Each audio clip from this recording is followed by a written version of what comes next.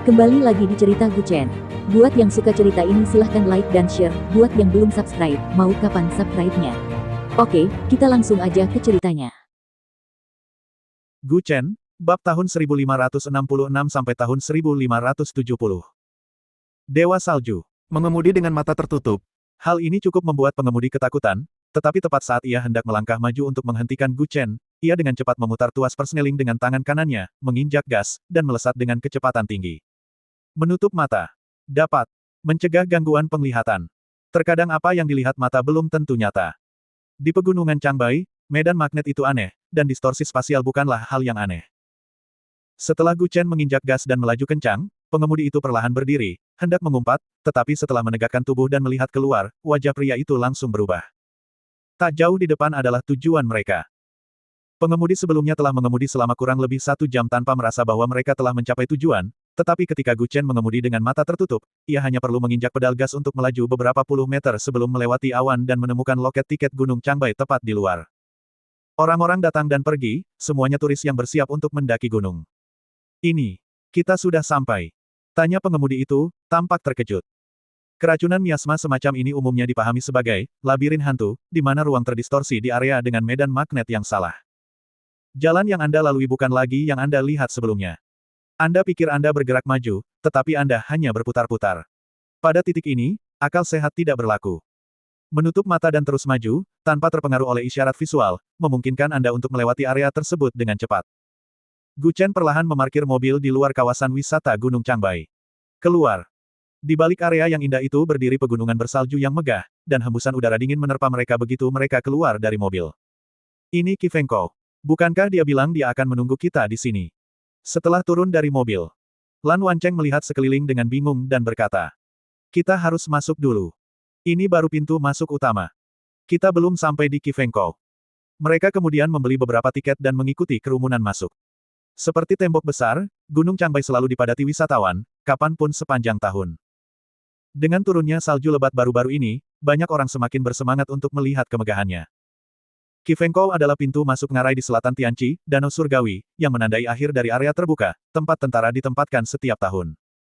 Untuk melewati penjaga ini, seseorang harus memanjat dari pintu masuk Tianqi, sesuatu yang tentu saja tidak dapat dilakukan oleh orang biasa, tetapi mereka yang memiliki keterampilan bela diri yang luar biasa mungkin dapat melakukannya. Tianqi yang terlihat orang-orang sebenarnya adalah yang paling tidak terlihat. Konon Tianqi adalah gunung berapi yang masih aktif, dan itu memang benar. Gunung Changbai memiliki 36 puncak, dan setiap pegunungan memiliki Tianqi-nya sendiri. Oleh karena itu, banjir atau letusan gunung berapi akan sangat dahsyat, itulah sebabnya para dewa memilih Gunung Changbai sebagai lokasi mereka. Setelah berjalan sekitar 2 jam, semua orang kelelahan dan haus, jadi mereka mengeluarkan beberapa biskuit dari tas mereka untuk mengganjal perut. Mereka tidak tahu berapa hari lagi mereka akan berada di gunung bersalju, jadi mereka harus menggunakan beberapa kantong makanan ini dengan hemat. Semakin dalam mereka pergi, semakin sedikit wisatawan yang ada. Qi Fengkou melibatkan perjalanan melewati daerah terpencil, dan banyak pemandu tidak berani memasukinya. Kebanyakan orang datang ke sini untuk melihat Danau Tianqi, bermain ski, dan melihat sekilas kota es dan salju sebelum kembali. Tepat setelah melintasi bukit kecil ini, mereka melihat sebuah ngarai di antara 2 gunung besar, dengan setidaknya 300 orang ditempatkan di kedua sisi. Ini Qi Fengkou. Zuo Sandu mengangguk sedikit dan berkata dengan lembut. Lebih jauh ke dalam adalah area terlarang Gunung Changbai. Namun, dengan ratusan pria bersenjata lengkap yang menjaga di luar, tampaknya sulit untuk menerobos. Guchen mungkin tidak tahu bahwa ayahnya telah membersihkan semua jalur untuknya dan memerintahkan pasukan di sini dirotasi terlebih dahulu. Lalu apa yang harus kita lakukan? Kita sudah di sini, kita tak bisa hanya duduk di sini seperti ini, kan? Lan Wancheng dari samping berkata dengan ekspresi terkejut.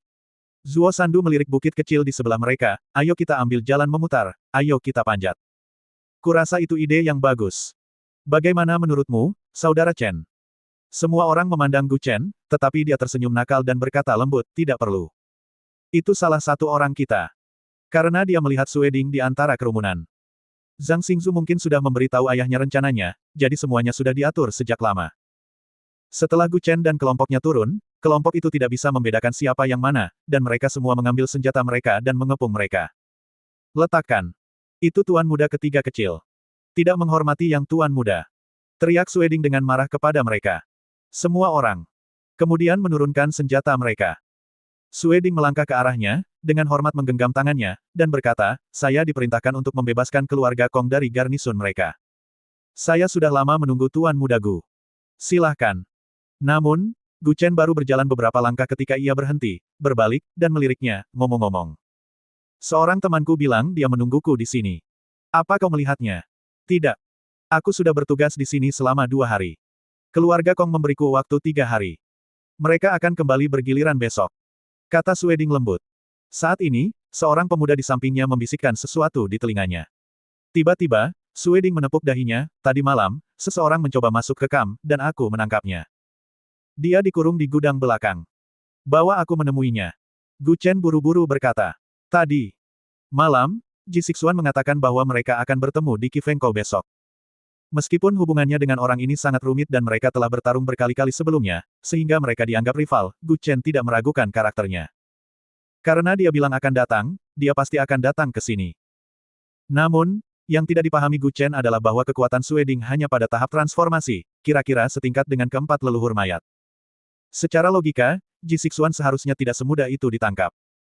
Dia kemudian pergi ke gudang di belakang dan hendak masuk ketika Sueding menghalangi jalannya dan berbisik, Tuan ketiga, orang ini sangat galak. Aku mengikatnya dengan rantai besi dari kandang sapi. Kau bisa keluar setelah melihat. Buka pintunya dan lihat dulu. Kata Gu Chen dengan tenang. Namun ketika dia membuka pintu, dia melihat seorang pemuda duduk bersila, makan ayam panggang. Orang ini tak lain adalah Ji Sixuan, yang berkata akan menunggunya di Qifengkou. Aku tahu itu kau. Gu Chen merentangkan tangannya dan tersenyum mengejek. Ji Sixuan tidak bodoh. Sekarang ia tak lagi menyandang status kaisar, akan sangat sulit baginya untuk memasuki alam dewa. Namun, terlalu dingin untuk tinggal di gunung bersalju. Lebih baik berpura-pura ditangkap, di mana ia bisa makan, minum, dan menghangatkan diri. Kau. Bagaimana kau bisa lepas? Sueding bertanya dengan curiga, lalu memerintahkan anak buahnya untuk terus merantainya. Sebelum mengetahui identitas Ji Sixuan, lebih baik mengikatnya dulu. Lupakan, kau tak bisa menahannya. Kekuatan orang ini di atasmu. Dia ditangkap olehmu hanya karena dia ingin ditangkap. Gu Chen menyilangkan tangannya dan tersenyum mengejek. Tuan Muda Ji, ayo kita pergi setelah selesai makan. Melihat orang ini adalah teman Gu Chen, Sueding tentu saja tidak berani menghentikannya lagi. Di kamp militer ini, setelah beristirahat sejenak dan makan makanan hangat yang bisa dimakan dengan air, kelompok itu bersiap untuk berangkat. Semakin jauh mereka masuk, semakin kasar jalannya. Bagian luarnya adalah daerah yang dikembangkan, jadi ada jalan buatan manusia, tetapi di sini semuanya dipertahankan dalam keadaan aslinya, bahkan tanpa jalan, membuat perjalanan menjadi sangat sulit. Jika seseorang tidak gesit, mereka bisa jatuh kapan saja. Aneh. Di mana tepatnya gerbang perunggu itu? Lan Wancheng berkata dengan suara berat, melihat sekeliling pegunungan yang tertutup salju yang luas dengan kompasnya. Zuo Sandu juga menatap Ji Sixuan dan berkata dengan suara berat, bagaimana kau bisa memimpin jalan? Dulu kau mengikuti klan dewa, dan kau bahkan tidak ingat jalannya. Jangan menatapku seperti itu. Lokasi gerbang perunggu tidak pernah tetap. Dulu aku mengambil jalan pintas, tapi sekarang setelah mereka mengambil kembali tokenku dan mencabut identitasku, mustahil untuk masuk dengan mudah ke sana. Kita hanya bisa mengambil rute paling primitif, tapi aku tidak yakin di mana gerbang perunggu itu. Aku hanya tahu satu kalimat, awan api di atas, cermin terang di bawah. Disitulah gerbang perunggu berada. Ji Sixuan merentangkan tangannya dan berkata dengan tenang. Awan api di atas, cermin terang di bawah. Gu Chen merenungkan kalimat ini dalam hati. Namun, Gunung Changbai memiliki 36 pegunungan, masing-masing terjal dan sulit didaki. Hanya itu saja bisa membuat mereka mencari selama beberapa hari. Selama 2 hari berikutnya, Ji Sixuan memimpin mereka berkeliling pegunungan. Pengembaraan itu tidak masalah, tetapi makanan dan minuman rombongan hampir habis. Tapi mereka masih belum bisa menemukan pintu perunggu itu. Krek, kau gila. Aku benar-benar curiga kau hanya mempermainkan kami. Kata Lan Wancheng kesal. 3 hari.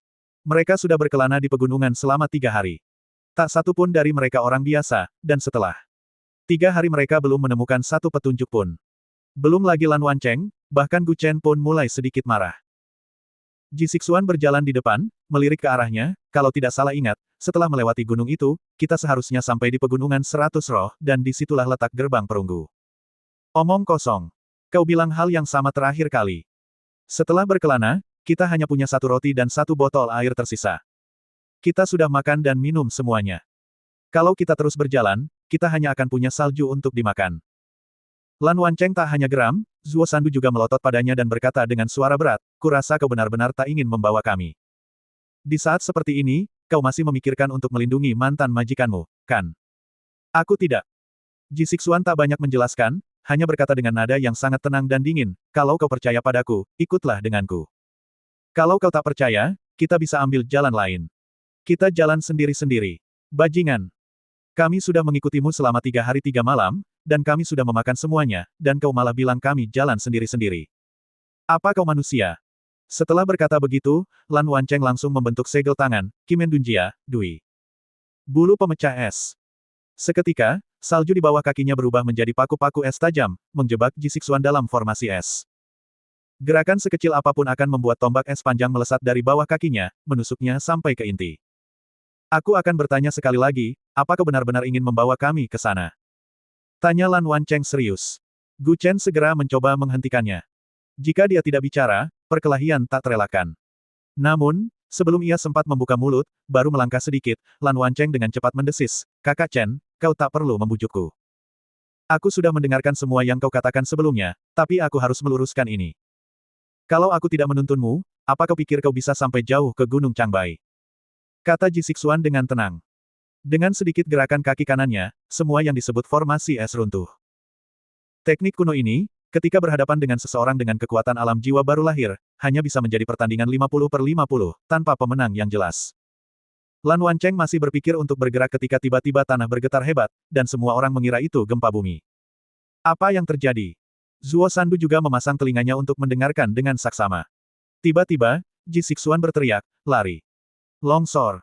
Benar saja, salju yang bergulung-gulung dari beberapa puncak gunung di sekitarnya segera menyerbu ke arah mereka berempat. Salju semakin membesar, dan gelombang salju melanda. Gu Chen dan yang lainnya dianggap berlari relatif cepat, dan semakin cepat mereka berlari, semakin cepat salju di belakang mereka melonjak. Boom! Melihat salju tebal akan menelan mereka berempat, Li Qing segera berbalik dan berteriak dengan marah, beku. Saat tangannya menyentuh salju, sepetak salju langsung membeku menjadi es, tetapi mereka tak mampu menahan longsoran salju yang tak henti-hentinya menghujani mereka. Akhirnya, ketika Li Qing kehabisan tenaga, salju tebal menyapu mereka berempat.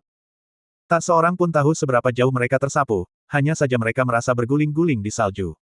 Di permukaan datar, Gu Chen menendang salju yang menekannya dan bangkit. Kau baik-baik saja. Zuo Sandu, yang berdiri di dekatnya, juga mengulurkan tangannya dari salju terlebih dahulu, aku baik-baik saja. Li Qing, Wan Cheng. Ada pergerakan di area di depan, tetapi bukan mereka berdua yang bangkit. Melainkan Ji Sixuan. Aku di sini. Sebuah suara teredam datang dari salju. Dia kemudian menendang salju yang menutupinya, dan tubuhnya pun terjebak terbalik di salju. Butuh banyak upaya dari beberapa orang untuk menariknya keluar dari salju. Li Qing sebenarnya bukan masalah besar, karena salju adalah air, dan ia tak terkalahkan saat menyentuh air. Setelah Lan Wancheng ditarik keluar dari salju, Li Qing juga merangkak keluar dari salju. Gu Chen melihat semua orang baik-baik saja, lalu ia mengumpulkan semua orang. Awan berapi di atas, cermin terang di bawah kaki. Ia baru saja keluar dari salju ketika melihat awan merah menyala di langit, dan kemudian mereka mencapai permukaan datar dengan es di bawahnya, di mana mereka dapat melihat pantulan diri mereka sendiri. Ini dia. Kata Ji Sixuan penuh semangat.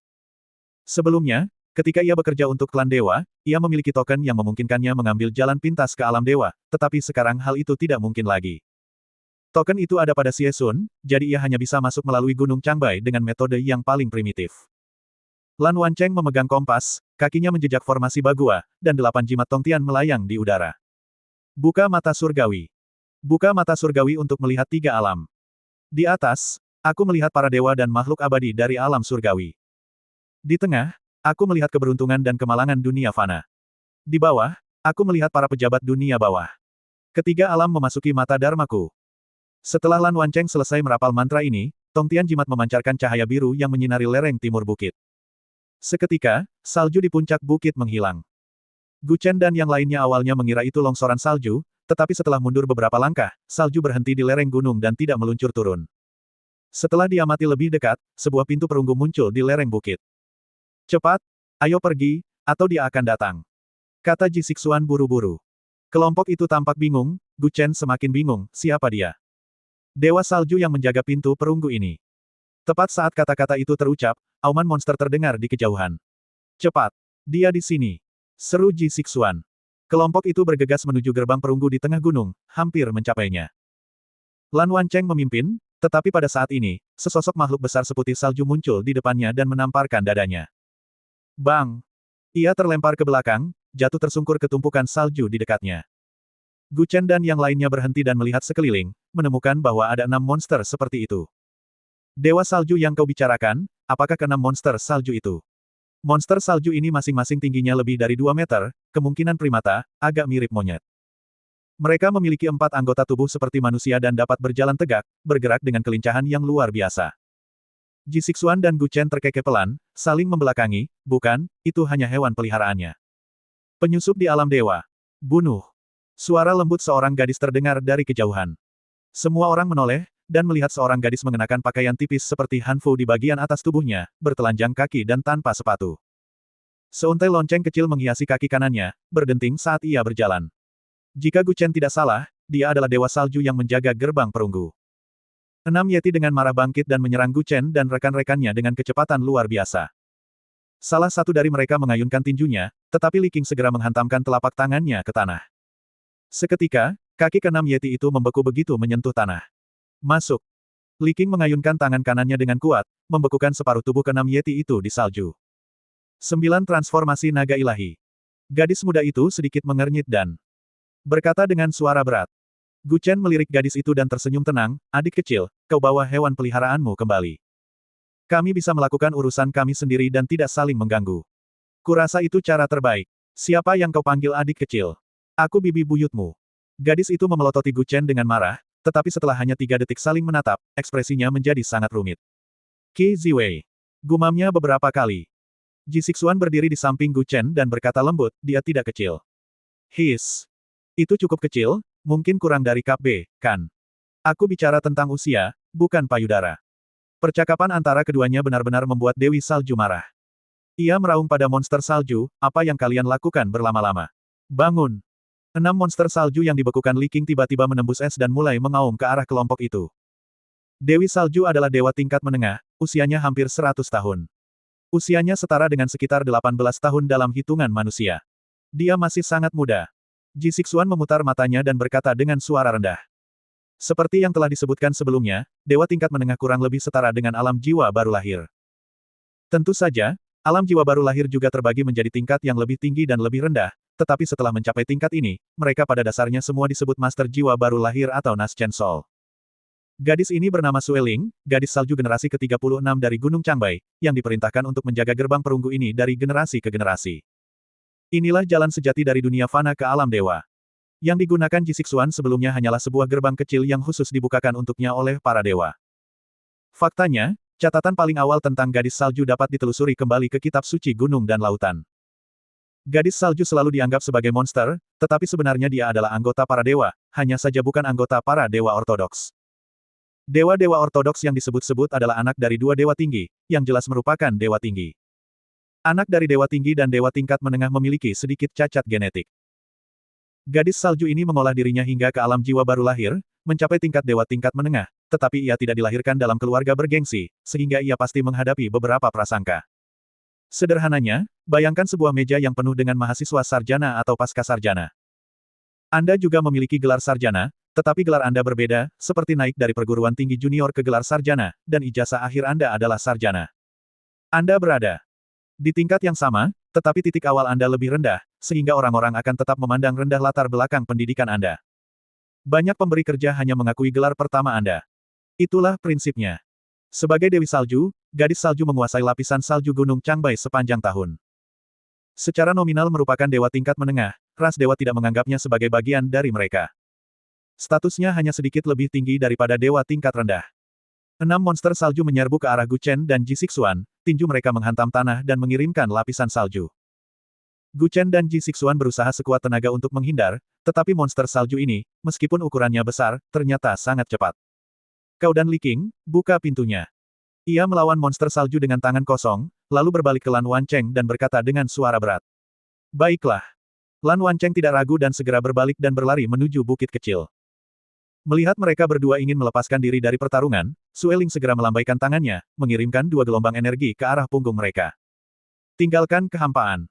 Riak api. Lan Wancheng melemparkan jimat ke belakangnya, dan seekor Phoenix api segera muncul, terbang menuju Sueling. Phoenix api itu langsung membakar abis dua gelombang kejut yang dilepaskannya. Ji Sixuan dan Gu Chen cukup mahir menghadapi monster salju ini, bahkan tanpa perlu menggunakan pedang mereka. Bang! Monster salju itu meninjunya, tangannya lebih besar dari kepalanya. Jika ia tidak menghindar, sebuah tamparan bisa membuat kepalanya melayang.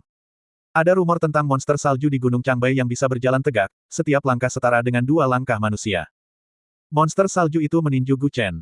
Namun Gu Chen bahkan tidak bergerak. Ia hanya mengulurkan jari, menangkis tamparan monster salju itu. Baiklah, sudah cukup. Aku tidak punya waktu untuk disia-siakan denganmu. Sebuah cahaya keemasan meledak seketika, menghempaskan kedua monster salju itu. Yang tersisa ragu-ragu, tidak berani maju. Mantra cahaya emas Tao. Gumam Dewi Salju dalam hati, raut wajahnya sedikit muram. Saat ini, Gu Chen juga menyimpan beberapa motif tersembunyi terhadap Dewi Salju. Dia menggambarkan bagaimana ia melompat dari monster salju dan menyerang Gu Chen dan Ji Sixuan, meninggalkan jejak es yang menggigit di belakangnya. Kepingan salju yang lembut langsung berubah menjadi es. Ji Sixuan hendak melakukan gerakan serius ketika Gu Chen meraih lengannya. Apa yang kau lakukan? Tanya Ji Sixuan bingung. Gu Chen menunjuk ke suatu arah. Di bagian lain gunung, 2 orang yang bersembunyi di salju sedang memperhatikan mereka dengan saksama. Dilihat dari sikap wanita salju itu, ia tampaknya tidak berniat bertarung sampai mati. Jadi, mereka memutuskan untuk mengikuti saja gerakannya. Di depan pintu perunggu, Li Qing dan Zuo Sandu mencoba mendorongnya tetapi tidak berhasil. Baiklah, jangan buang-buang waktu. Ada sesuatu di sini. Teriak Li Qing. Lan Wancheng akhirnya tiba, terengah-engah. Di samping pintu perunggu itu terdapat papan catur, permainan yang belum selesai.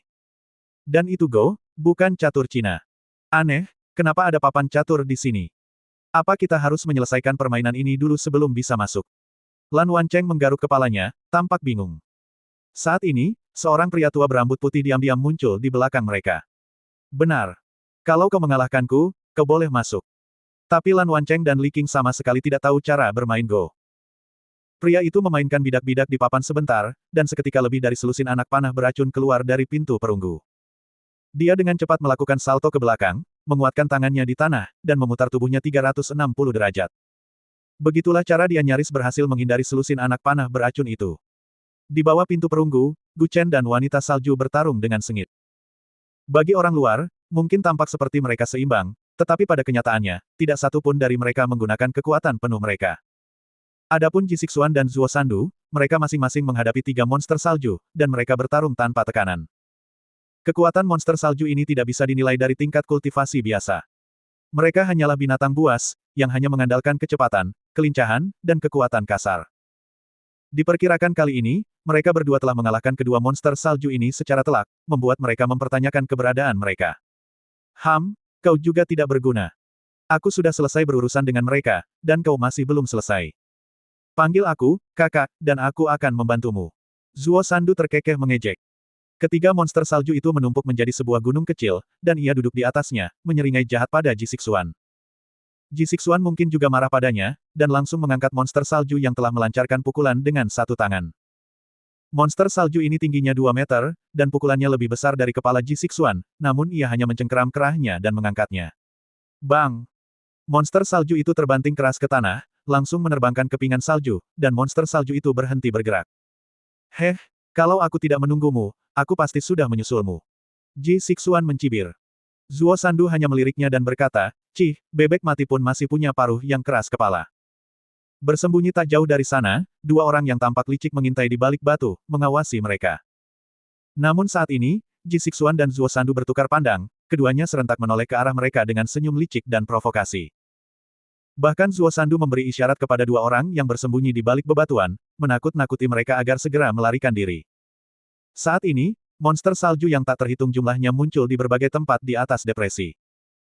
Mereka semua ada di sana untuk menyelamatkan gadis salju, sebagian karena seseorang ingin menerobos gerbang perunggu. Mereka adalah binatang penjaga gerbang perunggu. Tentu saja, banyak yang menganggap mereka hanyalah monster, buruk rupa dan jauh dari roh, apalagi dewa. Monster salju yang berkerumun di pegunungan untuk menyelamatkan Dewi Salju tidak dipanggil oleh Dewi Salju sendiri. Monster-monster salju itu saling berhubungan. Kemungkinan salah satu dari ke-6 monster itu yang mengirimkan sinyal bahaya. Itulah sebabnya begitu banyak monster salju tertarik. Melihat begitu banyak monster salju yang bercokol di lereng gunung, Dewi Salju tahu bahwa meskipun jaraknya jauh, serangan menukik dapat membawa ratusan monster salju ke Gu Chen dan rekan-rekannya dalam 3 menit. Dewi Salju menyerang Gu Chen, membuatnya terpental beberapa meter ke belakang. Apa kau benar-benar akan bertarung? Gu Chen memegangi dadanya dan berkata dengan suara berat. Mereka bilang akan berhenti sebelum mengerahkan seluruh kekuatan mereka, itu hanya pertarungan persahabatan. Kalau tidak, kenapa Gu Chen tidak menghunus pedangnya? Sandera aku. Cepat. Kalau tidak, aku tidak akan bisa melindungimu. Dewi Salju tiba-tiba berteriak pada Gu Chen, sangat berbeda dari biasanya. Mungkin dia berpura-pura karena melihat dua mata-mata mengawasi mereka dari kejauhan.